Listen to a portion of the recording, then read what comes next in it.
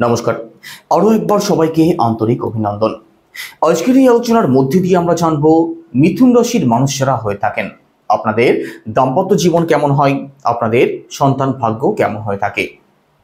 আপনাদের দাম্পত্য জীবন এবং আপনাদের সন্তান ভাগ্য নিয়ে সমস্ত কিছু ডিটেলস আলোচনা করব, তো সম্পূর্ণ ভিডিওটি অবশ্যই দেখুন। আলোচনা যদি ভালো লাগে লাইক, কমেন্ট এবং শেয়ার করতে পারেন।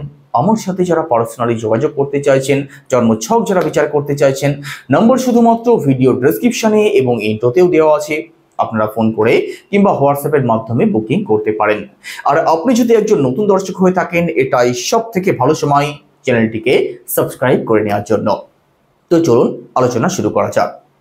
মিথুন রাশির মানুষেরা হয়ে থাকেন আপনাদের রাশির লর্ডকে মার্কারি অর্থাৎ বুধ গ্রহ। আর বুধ গ্রহকে জ্যোতিষশাস্ত্রে যুবরাজের আসনে বসানো হয়েছে। যুবরাজ অর্থাৎ একজন ছেলে মানুষ। আপনাদের সপ্তম ভাবের লর্ডকে, প্রথমেই দাম্পত্য জীবন, আপনাদের সপ্তম ভাবের লর্ড দেবগুরু বৃহস্পতি। আর সপ্তম ভাব থেকেই দাম্পত্য জীবনকে বিচার করা যায়। তো আপনি যুবরাজ অর্থাৎ আপনাদের মধ্যে ছেলে মানুষই থাকবে, চাইল্ডিশ নেচার লক্ষ্য করা যাবে। অন্যদিকে আপনাদের সপ্তম ভাবের লর্ড দেবগুরু বৃহস্পতি, দেবতাদের গুরু। তো গুরুর একটা বৈশিষ্ট্য তো পার্টনারের মধ্যে অবশ্যই লক্ষ্য করতে পারবেন। যে কোনো বিষয় আপনার পার্টনার আপনাকে বোঝানোর চেষ্টা করবে। সমস্ত সিদ্ধান্ত যে আপনার পার্টনার মেনে নেবে, তিনি মেল হোক কিংবা ফিমেল হোক, এটা কিন্তু কখনোই নয়। তো ডিফারেন্ট অফ ওপিনিয়ন আপনাদের পার্টনার অর্থাৎ আপনাদের দাম্পত্য জীবনে আপনারা লক্ষ্য করতে পারবেন। আপনি কোনো সিদ্ধান্তে যদি উপনীত হয়ে থাকেন, আপনার পার্টনার সাথে আলোচনা করলে তিনি কিন্তু একটু অন্য ধরনের যুক্তি আপনাদের সাথে খাড়া করতে পারে। অর্থাৎ এটা এইভাবে না করে এইভাবে করো, এটা বেটার হতে পারে। অর্থাৎ সেই সপক্ষে তার কাছে কিন্তু অন্য টাইপের যুক্তি আপনি পেতে পারেন। আর যেটা সবসময় পজিটিভ, কারণ আপনার থেকে আপনার পার্টনারের যুক্তি বুদ্ধি বেশি হবে, এটাই কিন্তু স্বাভাবিক। কারণ আপনার পার্টনারের মধ্যে গুরুর বৈশিষ্ট্য বর্তমান। এখানে আপনি বিষয়টাকে এইভাবে দেখতে পারেন যে আপনার মধ্যে যুবরাজের বৈশিষ্ট্য রয়েছে, আপনার পার্টনারের মধ্যে গুরুর বৈশিষ্ট্য রয়েছে। তো গুরু যে সবসময় যুবরাজের কথা শুনবে না, এটাই তো স্বাভাবিক। অন্যদিকে যুবরাজকে গুরুর কথা শুনে চলতে হবে, এটাও কিন্তু স্বাভাবিক।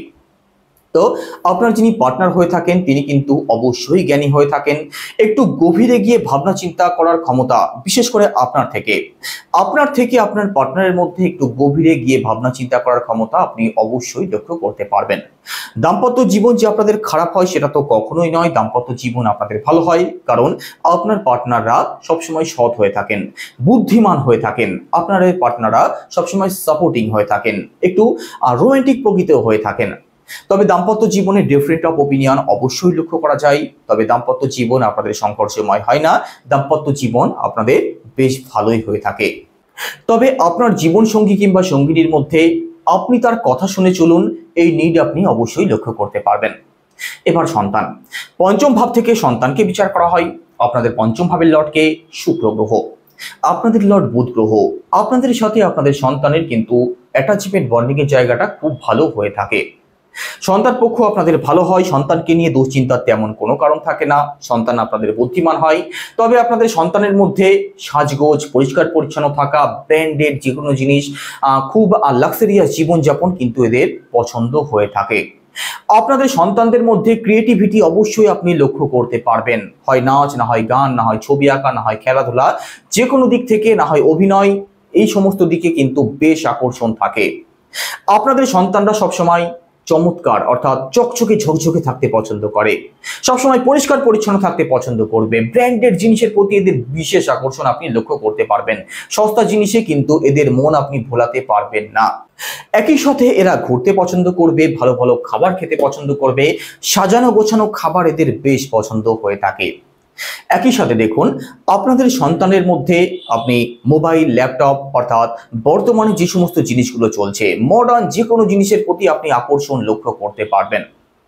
আপনি এদের উপরে কোনো জিনিস জোর করে চাপিয়ে দিতে পারবেন না। এরা যেটা মন থেকে করতে চাইবে সেটাই কিন্তু করবে।